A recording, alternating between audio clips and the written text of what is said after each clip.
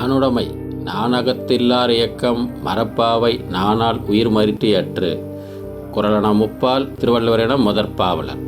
விளக்கம்: மனதில் வெக்கமில்லாமல் நடமாடும் மனிதர்கள் நூலால் கட்டி உயிர் உள்ளது போல ஆட்டி மயங்கச் செய்யும் மர பொம்மையை போன்றவர்கள் ஆவார்.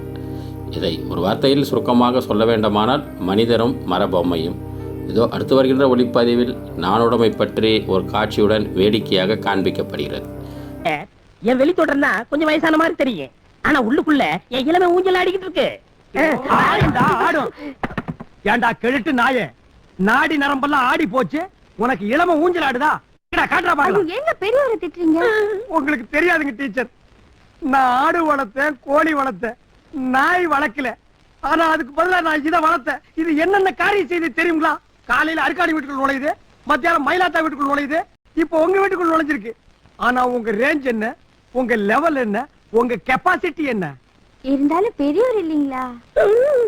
டேய் தகப்பா, இப்ப நான் என்னடா சொல்லிட்டேன், நீலி கேடி வெடிக்கிற? மைசன் சொல்றா. நீங்க என்னென்னமோ சொன்னீங்க, அதுக்கு நான் ஒண்ணும் ஃபீல் பண்ணல.